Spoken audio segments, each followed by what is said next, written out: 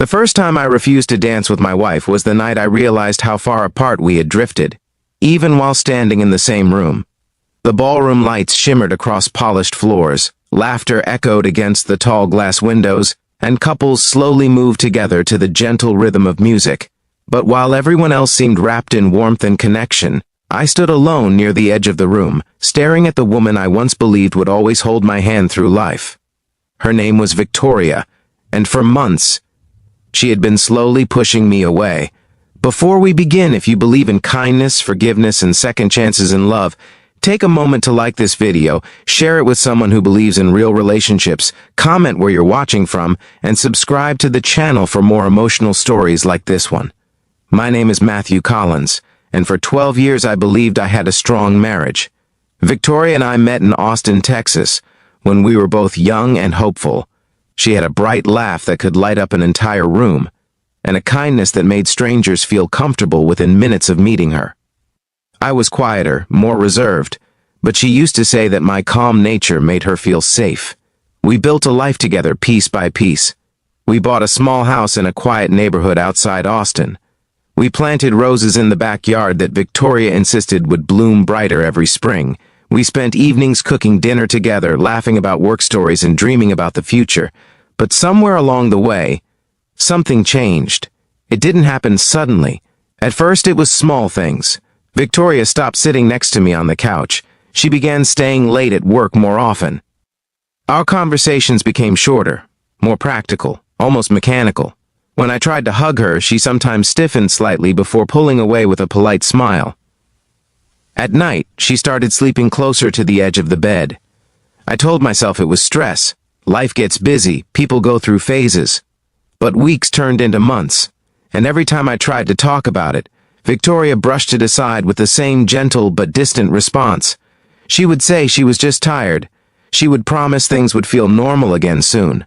But normal never returned. Instead, the quiet distance between us slowly grew into something heavier, something painful. The night of the charity gala in Dallas was supposed to be a fresh start. Victoria had insisted we attend together. It was an important event for her company, filled with executives, investors, and colleagues. She bought a beautiful navy blue dress and spent hours preparing for the evening.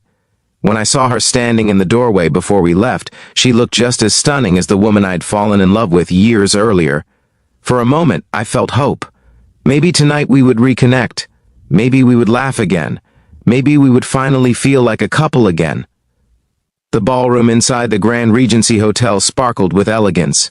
Chandeliers hung from the ceiling like glowing crystals, and soft music floated through the air as guests mingled and enjoyed the evening. Victoria quickly became surrounded by coworkers and executives. She smiled, laughed, and spoke confidently with everyone around her. But strangely, she barely spoke to me. Whenever I stepped closer, she drifted away into another conversation. Whenever someone suggested couples join the dance floor, she found an excuse to stay seated or speak with another guest. At first, I tried not to think about it, but as the night went on, the pattern became impossible to ignore. She seemed comfortable with everyone in the room, everyone except me. Then the band began playing a slow song. Couples moved toward the dance floor, hands intertwined, bodies swaying softly to the music. Victoria walked toward me. For the first time that evening, she looked directly into my eyes. She extended her hand slightly, her expression gentle but uncertain. But something inside me had already cracked. For months I had tried to hold our marriage together while feeling invisible. For months I had reached out only to feel her quietly pull away. And standing there in that beautiful ballroom, I suddenly realized I didn't want to pretend everything was fine anymore. So when Victoria asked if I wanted to dance, I shook my head. I told her softly that I didn't feel like dancing tonight. The words weren't angry, but they carried the weight of everything I had been feeling. For a brief second, Victoria looked stunned. Then something even more painful appeared in her eyes. Not anger, not frustration, but heartbreak. She slowly lowered her hand and nodded politely before turning away. I watched her walk toward the balcony doors alone. For several minutes I stood there, wondering if I had just made the biggest mistake of my life. Eventually I stepped outside to get some air. The cool Dallas night wrapped around the balcony, and the distant city lights stretched across the horizon like scattered stars. Victoria was standing at the railing. Her shoulders were trembling slightly. At first I thought she was cold, but when she turned toward me, I realized she had been crying. That moment shattered something inside me, because for months I had believed she was pushing me away out of indifference. But the tears on her face told a very different story. Victoria finally told me the truth she had been hiding. Almost a year earlier, she had received a medical diagnosis that terrified her, a rare autoimmune condition that doctors warned could worsen unpredictably over time. She had spent months researching the illness, reading stories of people whose lives slowly changed because of it.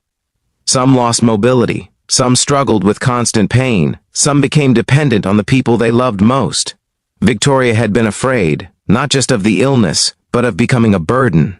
She told me she had started pushing me away because she believed it would hurt less if I slowly detached from her now rather than watch her suffer later. She thought distancing herself was protecting me, protecting the life she believed I deserved. Standing there on that quiet balcony, hearing those words, I felt something break open inside my chest. All those months of silence suddenly made sense. The distance, the hesitation, the quiet fear hiding behind her smiles. I stepped closer to her and gently took her hands.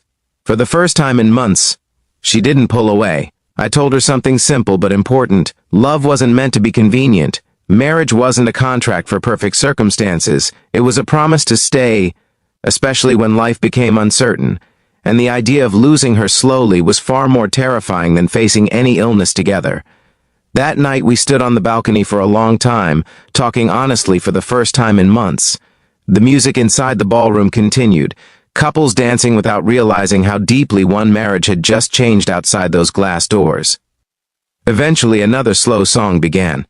Victoria wiped her tears and looked at me with the same warmth I had missed for so long. This time, when she asked if I wanted to dance, I said yes.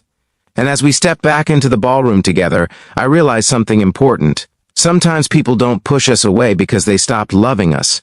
Sometimes they do it because they're afraid we love them too much. Before we reach the ending, I have a special request for you. Comment the word hope if you believe that love can survive even the hardest seasons of life.